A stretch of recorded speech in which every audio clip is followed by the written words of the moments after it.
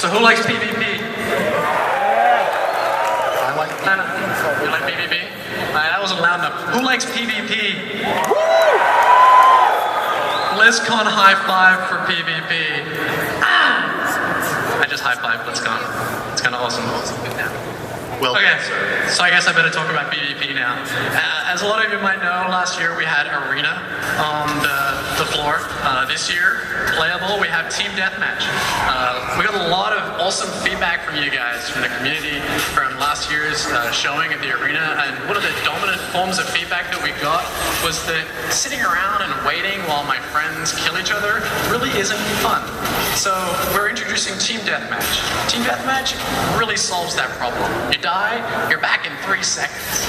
You're back in the fight, you're fighting, you're able to like play with your character more, you're able to explore more. There's not the intimidation factor in Team Deathmatch either of like, wow, am I gonna let my like arena team down by coming in with this crazy magic, wizard build that only spawns like mirror images and that's all I do? No, it's totally cool. So Team Deathmatch, the game is 10 minutes games. There's 2 teams, red and blue. At the end of the game, the team with the most kills wins. There's definitely no skill swapping during games. There's also no item swapping during games. We want there to be like still some tactical advantage to understanding, hey, that barb over there who's running up and like stunning like the heck out of me the entire time. I need to know that the entire 10 minutes of the game so I can actually effectively deal with that and respond. It's definitely going to be 4v4. Last year it was 3v3. We stepped it up. 4v4 is way more fun for responsiveness and the interactivity. You're definitely going to be using your PvE character. There was some confusion about this, but you're definitely going to be like leveling up to 60, taking your character, your wizard or your witch doctor that you've been focusing on and getting to Inferno in, bringing them into PvP, and then experiencing them in PvP and seeing how they play out. And hey, go play it. We have it on the showroom floor. You're our community. We make these games for you. We love your feedback. It is absolutely fantastic. Thank you very much.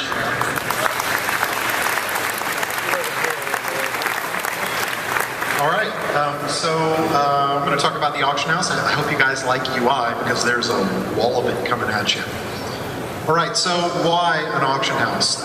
Well, one of the major things and reasons that we decided to do an auction house is because trading is a big focus of the Diablo games.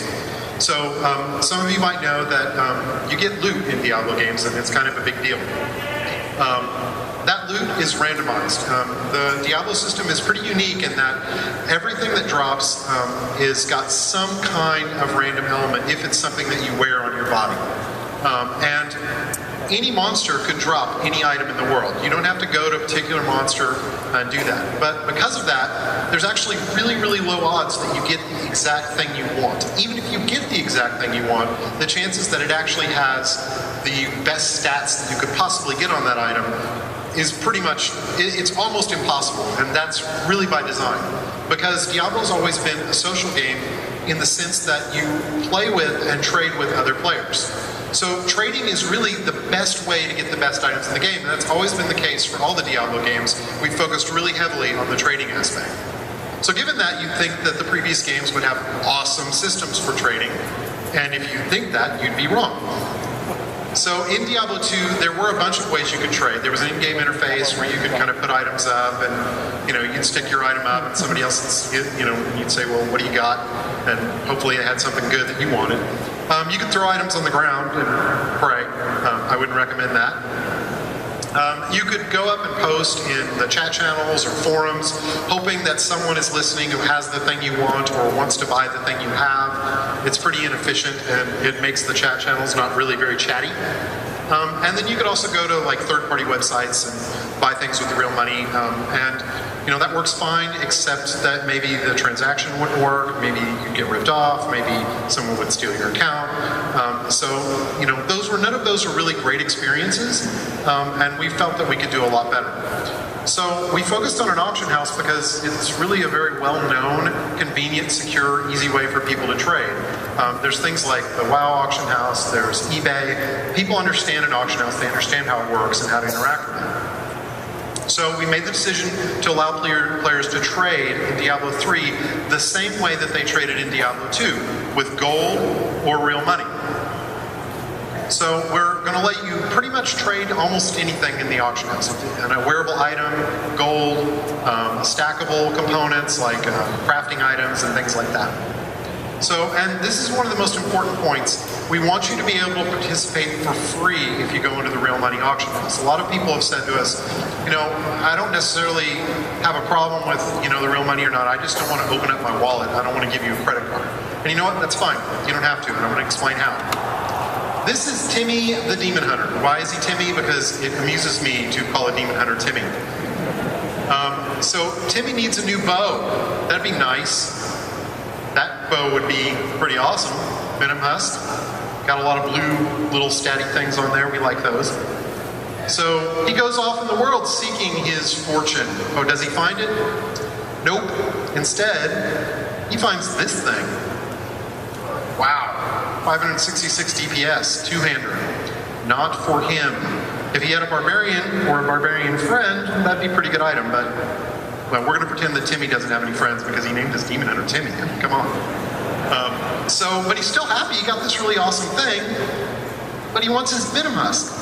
So he's going to go up on the auction house and he's going to post this up. And he's going to post it up on the Real Money auction house.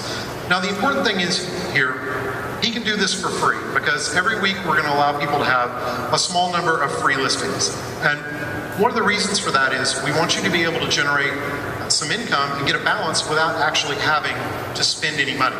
So he puts his Overfiend up there. It sells $7.50 in his account. Now he could have output that to a PayPal account and made $7.50 playing Diablo, which is pretty awesome. Or he can do what he did, which is put it directly into his e-balance, and now he can use that to go back on the auction house and buy things and post more auctions. So Timmy is happy. He goes up, he finds his Venom Husk, $5. Bam. Purchased. Sent to his character, and equipped. Check him out. So, on top of being able to participate in that way, we also are going to add a lot of features. Some of you are in the beta and you've managed to play with the gold auction house, and you've probably noticed that it's not really as fully featured as we'd like. So we are adding a bunch of new features. The first one is a smart search feature. And basically what this does is it takes any character that you want, it'll look at the character and say, okay, you seem to be a barbarian who likes a lot of crit. So we're going to point you at items that do that. And then you can kind of funnel the results and say, these are all the items I want, but I really want precision, I really want life steal, so just show me the ones that have those affixes on them. So another thing we've done is we're going to add an advanced search, which really is kind of a bigger version of the smart search. It lets you basically just set all kinds of parameters, pretty much anything that you can literally specify the exact item stats that you want to see. And features like this are really important because the Diablo item system is not filled with a lot of named items that are easy to search for. You're really going to be searching more for stats. So next, we are going to let you sell stackable items. It's currently not supported, but it will. That's gold, gems, crafting dyes, tomes, books, all those types of things. Almost everything that is worth selling, pretty much everything that's worth selling, we're going to allow you to sell in the auction house. All right?